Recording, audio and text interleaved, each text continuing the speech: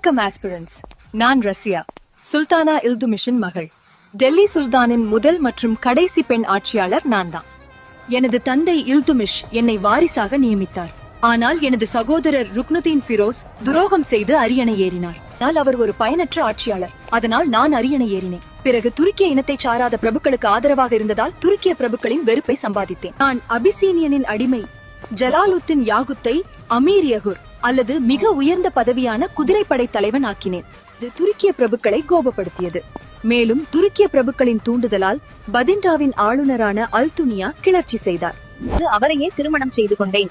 மேலும் துருக்கிய பிரபுகளின் சூழ்ச்சியால் நானும் எனது கணவர் அல்துனியாவும் தோற்கடிக்கப்பட்டு கைதா அருகில் கொலை செய்யப்பட்டோம். மேலும் இபின் பதூதா என்னை வீரத்துடன் முகமூடியின்றி ஆண்களைப் போல குதிரையில் சவாரி செய்து ஆயுதம் ஏந்தி ஆட்சி செய்த சக்தி வாய்ந்த பெண் ஆட்சியாளர்.